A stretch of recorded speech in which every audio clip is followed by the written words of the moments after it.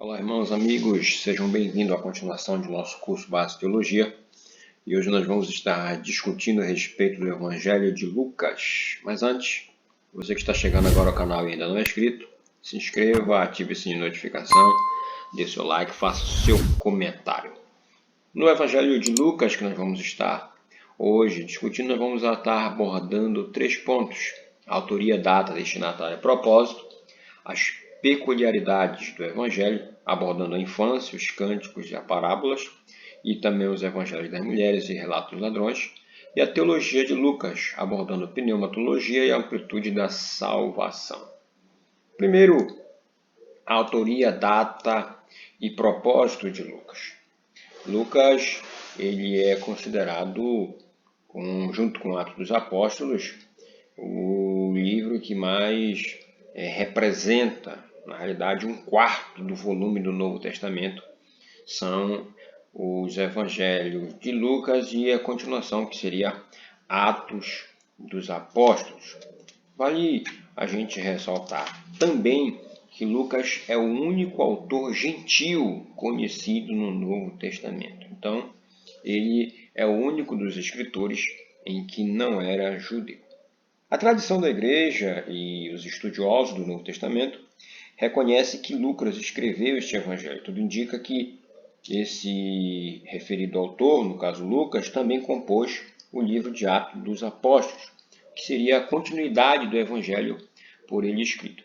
O Novo Testamento informa que Lucas era médico, em Colossenses 4,14, e por isso ele descreveu fenômenos que não constam nos demais evangélicos. Por exemplo, a cura de um hidrópico, um homem que tinha um problema em que a hidropisia seria onde os vasos, um inchaço no corpo causado pelo excesso de líquido, principalmente na região da barriga.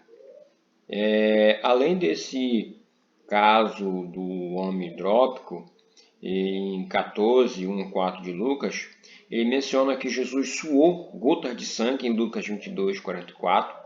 Trata-se de um fenômeno chamado de hematidrose, no qual possui comprovação científica, Essa hematidrose seria o rompimento daqueles veias capilares finíssimas que estão sob as glândulas sudoríparas, que causa uma externa tensão física e psicológica, e o sangue se mistura ao suor e se concentra sobre a pele, escorrendo por todo o corpo.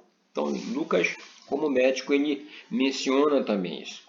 Ele acompanhou o apóstolo Paulo em viagem missionária, Atos 20, versículos 6 e 7, 2 Timóteo 4:11 e Filemão 24, e provavelmente escreveu seu evangelho entre o ano de 59 a 69 a.C., ou seja, antes da destruição de Jerusalém no ano 70, pois não há qualquer menção a esse fato importante em seus escritos. O destinatário, conforme a introdução, Lucas endereça a mensagem a Teófilo, referindo-se a ele como excelentíssimo, um título de respeito usado para pessoas de autoridade, principalmente oficiais romanos. Provavelmente, Teófilo era um oficial romano. Em segunda instância, esse evangelho seria transmitido a outras pessoas por influência de Teófilo. O fato de conter pouca referência ao Antigo Testamento, por exemplo, não citando costumes judaicos e ser escrito na língua grega, leva ao entendimento de que esse evangelho visava cristãos de origem gentia, que viviam sob influência da cultura greco-romana. O propósito, em primeira instância, do livro era aumentar a convicção de Teófilo a respeito das informações que ele tinha ouvido a respeito de Jesus Cristo, Lucas 1:4. E para isso, Lucas fez uma investigação histórica com testemunhas que viram Jesus e escreveu seu relato de maneira organizada. No capítulo 1, do versículo 1 e 3 até o 3, ele vai dizer isso. O outro objetivo claro era demonstrar que Jesus não era apenas um mito. Lucas relata fatos que comprovam sua existência histórica, Lucas 1:5, 2:1-2, 3:1, e menciona que havia testemunhas oculares que poderiam certificar a veracidade desses escritos. Depois nós vamos estar vendo as peculiaridades que existem no Evangelho de Lucas. A primeira delas é a infância de Jesus. Os dois capítulos iniciais do Evangelho de Lucas são praticamente inéditos. Ele atenciosamente relatou a história dramática da estéril Isabel e do sacerdote Zacarias, seu esposo. Na velhice, esse casal foi contemplado por um milagre, que foi o nascimento do profeta e precursor de Jesus, no caso João Batista. E nessa época, Maria, que é a prima de Isabel, ficou grávida pelo Espírito Santo e gerou o Salvador, o Filho do Altíssimo, que é Jesus. Caprichosamente, Lucas esclarece que Jesus nasceu em uma manjedoura, porque Maria não encontrou lugar na hospedaria. Ele foi circuncidado ao 8º dia, apresentado no templo por seus pais, segundo o costume dos judeus. Aos 12 anos de idade, Jesus foi a Jerusalém com sua família, ocasião em que deixou os doutores da lei admirados com o conhecimento que ele possuía, Lucas 2, dos versículos 41 a 47. E assim Jesus crescia em sabedoria, com estatura e graça diante de Deus e dos homens, Lucas 2, 52. Depois nós temos os cânticos. É uma outra peculiaridade do Evangelho de Lucas.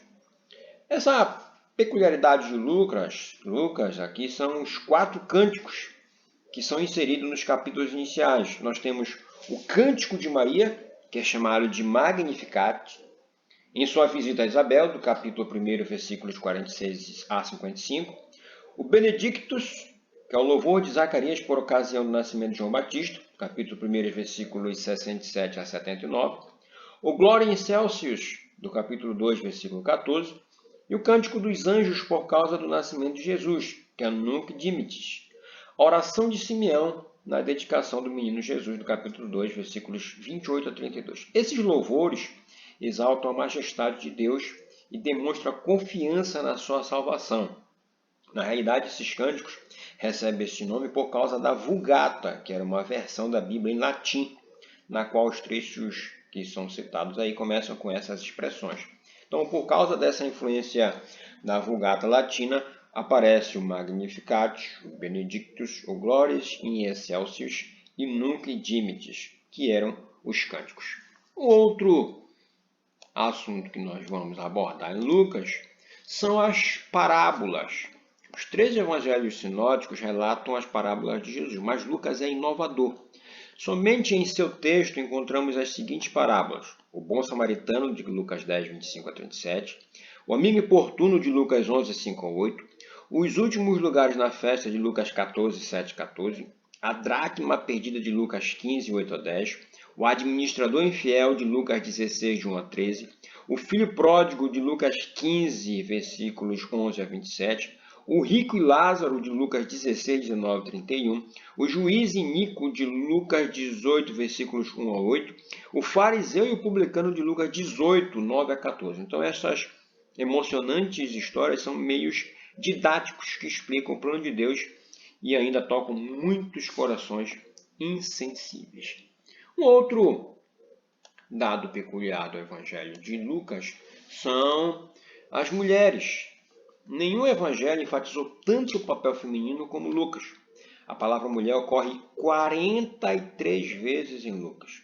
Algumas mulheres são citadas nominalmente como Isabel, Maria, mãe de Jesus, Ana, Susana, Joana, Maria Madalena, Marta, Maria, irmã de Marta.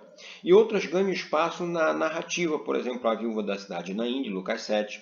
A pecadora que um juiz pede Jesus, de Lucas 7, 38 e 48. A mulher com hemorragia, de Lucas 8, 40 e 56.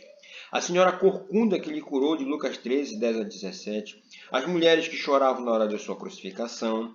As mulheres que viram o túmulo vazio, de Lucas 24. Então é importante a gente ressaltar que a sociedade da Palestina considerava a mulher inferior aos homens, principalmente sem voz ativa. E isso torna a narrativa de Lucas ainda mais bela, porque ela demonstra Jesus rompendo a desigualdade social e externando o afeto que tem pelos menosprezados. E por último, nós temos o relato dos ladrões. O único evangelista que vai relatar o diálogo entre Jesus e os 2 ladrões é exatamente Lucas, no capítulo 23, dos versículos 39 a 43. O que capricho de sua parte mencionar uma conversão tão bela nos últimos instantes da vida de alguém, né? E o mais incrível é que um dos malfeitores conseguiu enxergar Jesus como rei, mesmo ele estando todo desfigurado, maltratado pelos açoites e à beira da morte. E aí a gente vê que só uma fé viva pode levar uma pessoa a declarar que um crucificado era possuidor de um reino. E depois nós temos o ponto 3, que é a teologia de Lucas. Nessa teologia de Lucas, ele enfatiza duas coisas. Primeiro, a pneumatologia, que é uma palavra grega que significa pneuma, um sopro, vento ou espírito, e logia, que é o estudo. Então, é o estudo sobre o Espírito Santo. Nenhum evangelista enfatizou tanto a pessoa e a obra do Espírito Santo como Lucas. Ele destacou a obra do Espírito cerca de 17 vezes no seu evangelho. Para você ter noção, a gente vai ver no evangelho de Marcos o Espírito Santo sendo mencionado apenas 6 vezes, no evangelho de Mateus 12 vezes, enquanto no evangelho de Lucas 17 vezes é mencionado. O Espírito Santo agia na vida de João Batista, Lucas 1,15, na gravidez de Maria, Lucas 1,35, veio sobre Jesus após seu batismo e capacitou durante a tentação, Lucas 3, 22 e 4,1. Foi prometido por Jesus aos seus discípulos, Lucas 11, 13, 24, 49. Então, o Espírito Santo é a pessoa da Trindade e por isso não pode ser esquecido, menosprezado, negligenciado. E o Evangelho de Lucas é repleto de ação do Espírito Santo.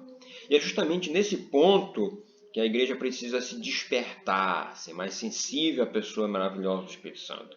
Um cristão sem o Espírito Santo não será diferente de um vale de ossos secos contemplado pelo profeta Ezequiel.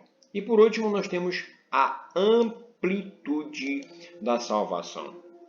Algo bem claro neste evangelho é que Jesus trouxe salvação e esperança a todas as pessoas e não apenas aos judeus. A gente pode conferir isso em Lucas 2, versículos 30 ao 32.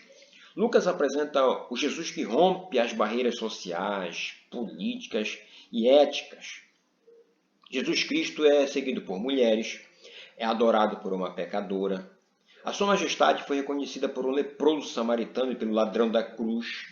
Ele jantou com o publicano Zaqueu e lhe trouxe nova vida. A parábola da grande ceia sintetiza bem a ideia de que a salvação está acessível a todas as pessoas.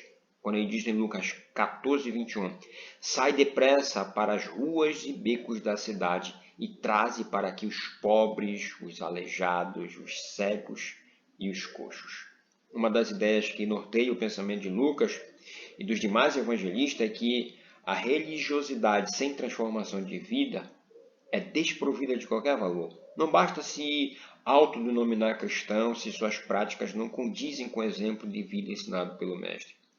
Portanto, como Zaqueu, reconheça a sua limitação e desfaça-se de tudo que te prejudica a herdar a vida eterna. Como filho pródigo, acorde para entender que a vida só tem sentido ao lado do Pai. E como uma mulher pecadora, não cesse de adorar Jesus por toda a eternidade. Um abraço, Deus abençoe, até a próxima aula, querendo Deus.